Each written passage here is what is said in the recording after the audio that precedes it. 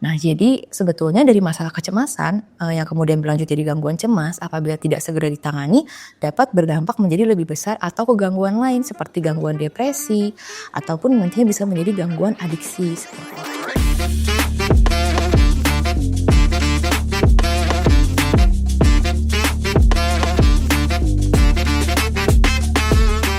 Halo Sobat Sentra, perkenalkan saya dengan Dr. Ines Cassandra, spesialis kesehatan jiwa dari Sentra Medica Hospital Cisalak.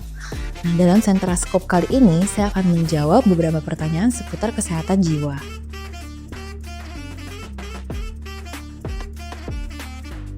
Nah, jadi memang pada perempuan, resiko untuk bisa terpapar dengan masalah kesehatan mental itu bisa 2 kali lipat dibandingkan dengan laki-laki.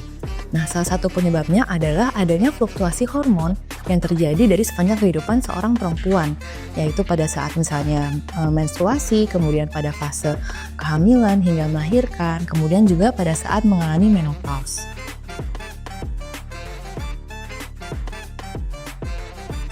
Kalau untuk penggunaan obat sendiri, sebetulnya bisa ditujukan pada fase akut dan memang dilanjutkan hingga fase pemeliharaan atau maintenance. Namun tidak semua gangguan jiwa akan membutuhkan pemberian obat. Jadi biasanya pada saat ke psikiater akan dilakukan evaluasi dan dinilai mana kondisi yang memang sudah membutuhkan obat, tetapi ada juga kondisi-kondisi yang sebetulnya hanya perlu diberikan psikoterapi seperti itu.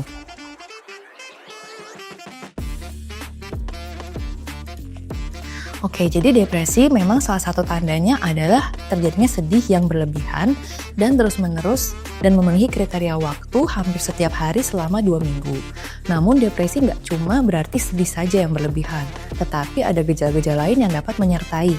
Misalnya hilang minat atau motivasi, berkurangnya energi atau semangat, kemudian bisa juga disertai dengan gejala-gejala lainnya seperti sulit tidur, perubahan pada pola makan, penurunan rasa percaya diri atau harga diri, kemudian juga bisa ada penurunan konsentrasi, bahkan pada kondisi yang lebih berat bisa terjadi pikiran mengakhiri hidup atau percobaan mengakhiri hidup.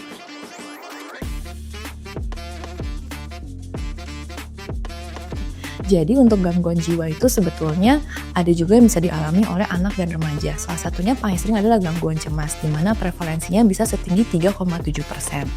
Nah, jadi sebetulnya dari masalah kecemasan yang kemudian berlanjut jadi gangguan cemas apabila tidak segera ditangani dapat berdampak menjadi lebih besar atau ke gangguan lain seperti gangguan depresi ataupun nantinya bisa menjadi gangguan adiksi seperti itu. Dan banyak hal-hal lain yang awalnya bermula dari kecemasan yang terabaikan namun karena tidak ditangani kemudian berlanjut menjadi gangguan yang lebih berat.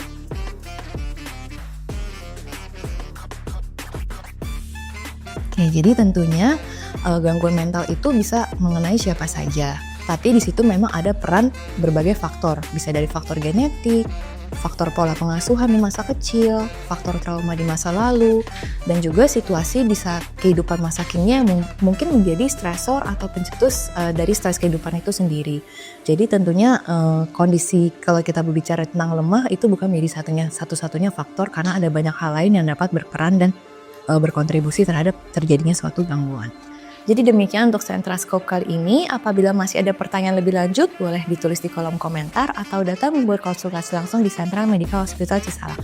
Sampai jumpa!